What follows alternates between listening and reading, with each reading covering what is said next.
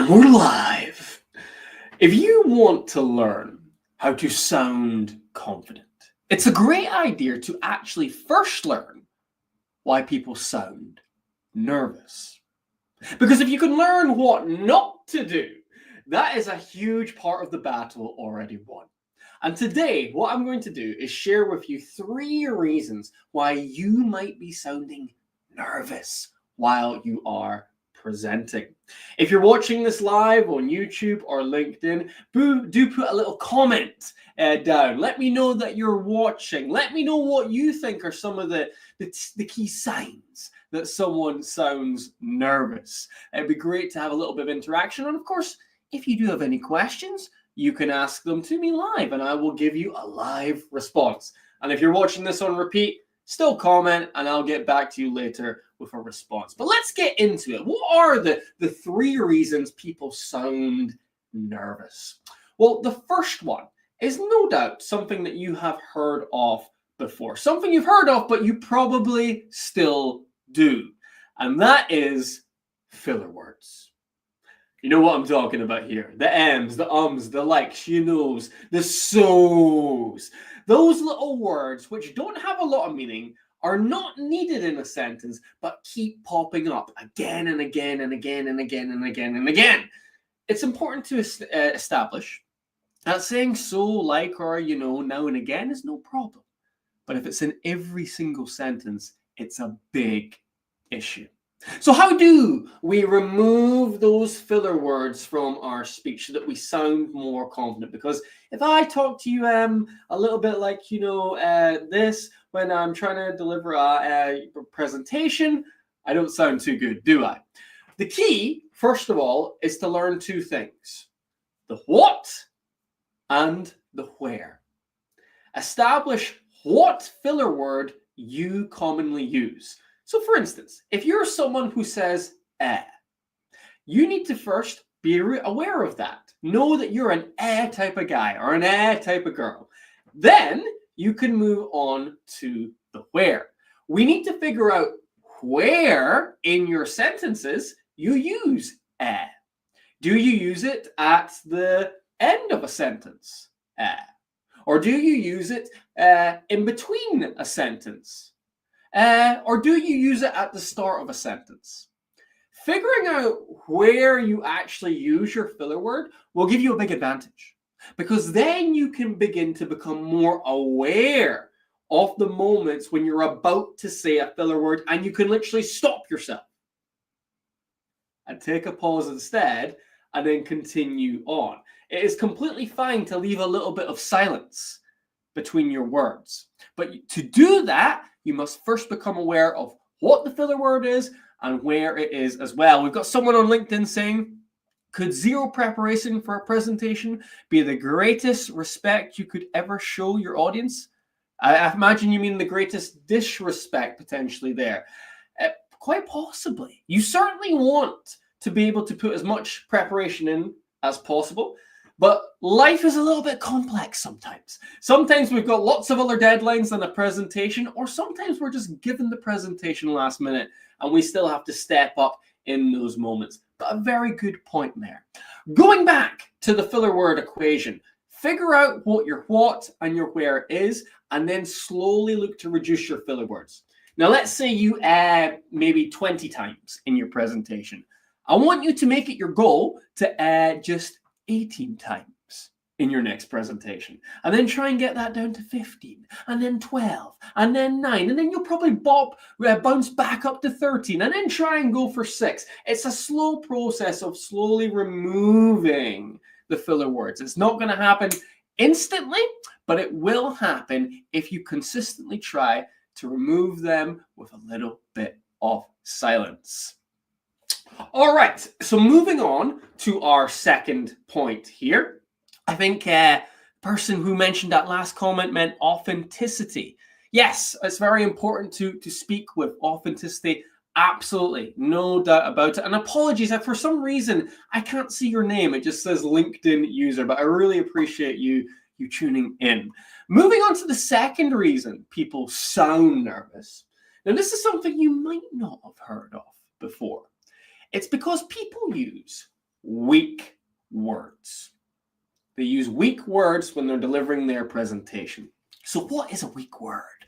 A weak word is simply a word which makes you sound unsure. It's a word where you're not fully committing to something. You're kind of on the fence. So for instance, last week I was doing a presentation skills training course with a team, and I was getting them to do this exercise where they stand up and they tell the room about something they are very good at. Something they're very good at, something they're confident in doing. And so this gentleman on my course stood up and he opened his presentation by saying, well, I think I'm good at gardening. And instantly that made him sound unconfident because he said the word think. I think I'm good at gardening. I might not be, but I think I am. There's no certainty in that vocabulary, right? It would have been a lot more powerful if he had stood up and said, I'm really good at gardening. I'm really good at organizing my garden, making sure the flowers are watered, doing this, that, and the next thing. That would have made him sound a lot more certain in his abilities. And it's something very simple, which a lot of us can fall into the trap of doing. Saying weak words like I think instead of I am. Or saying maybe instead of we should.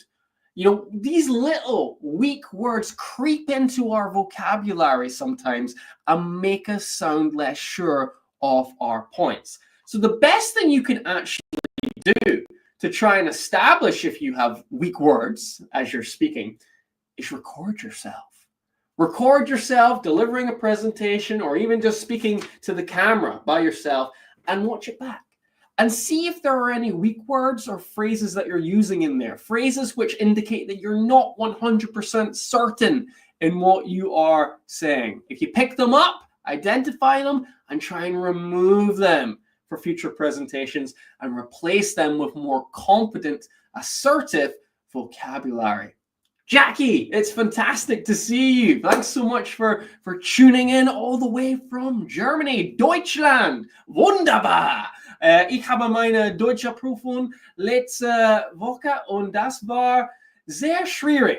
Nonetheless, we'll drop the Deutsch now and we'll go back to English because we need to move on to our third and final reason. People are nervous or sound nervous while they are speaking. And that's all about their delivery. How they actually deliver the message through their voice. Now, in terms of nerves, we tend to see three things from speakers. Nervous speakers tend to talk a lot faster like this when they speak. They tend to also be a lot quieter when they're talking like this. They don't really project their voice. And then number three, they also tend to emphasize words at the end with an upward inflection like this. It makes them sound like they're asking a question, even when they're making a statement. So those are three things you want to watch out for. Are you talking too fast? Are you talking too quietly? And are you ending your sentences, making them almost sound like a question, even when they're not? Because those three things will jeopardize your ability to sound confident as you are speaking. So it's very, very important that we be aware of this and, in fact, change our delivery in some ways. For instance, you might want to slow things down. People who are confident tend to speak at a slower pace. For the volume, you're going to want to project your voice to the very back of the room. When we're confident, we're not afraid to be heard, and therefore we project our voice further. And for that inflection piece, instead of ending your sentences with an upward inflection like this, try and end them with a downward inflection like this. That is a great way to sound more confident. So if you can do those three things with your delivery, that's going to transform how you're coming across to your audience. We've got a couple of comments coming in here. Could doing zero preparation, other than holding the intention to authentically serve the audience and trusting in the present moment, be the greatest respect/gift you could ever give the audience? Thank you. I think what you're saying is, should you just be fully authentic? Should you not prepare? Should you just go at it and be yourself? And Yes and no is the answer there. We definitely want you to be yourself on stage. We don't want you to be someone else. But at the same time, to have a presentation with a coherent message, with a good flow, with a good structure, that often takes most people preparation. Very few people can create that just speaking off the cuff. You can if you've had plenty of experience in the past, but I would always encourage people to do some prep in advance just so that you make sure you're still being authentic, but you make sure that your points, your information is flowing and is easy for the audience to understand. But in summary then, we have our 3 reasons for why people sound nervous. Number 1 is those pesky filler words. Figure out your what and your where. What filler word are you using and where are you using it, and then try and replace it with silence. Second is those weak words which make you sound unsure, make you sound uncommitted. I think I'm good at this, for example, is not a very strong phrase. It's better to say I am good at this. That's a lot more confident. And then third and finally, your delivery. Think about the pace, think about the volume, and think about your inflection with your voice. These 3 things are going to massively impact whether you're coming across confident or nervous. Now, going into the new year, I have an exciting announcement. As some of you may know or may not know, I do help people one-to-one with their public speaking skills. I've got a coaching program in the last 3 months. I meet up with clients a couple of times a month, and we cover some key things like, of course, how to deliver with confidence, how to structure a presentation, how to deal with those impromptu questions, and how to make your PowerPoint look wonderful. Alongside that, in those 3 months, it's also an opportunity for you to deliver presentations to me. I'm a very friendly guy, so don't be afraid to do that.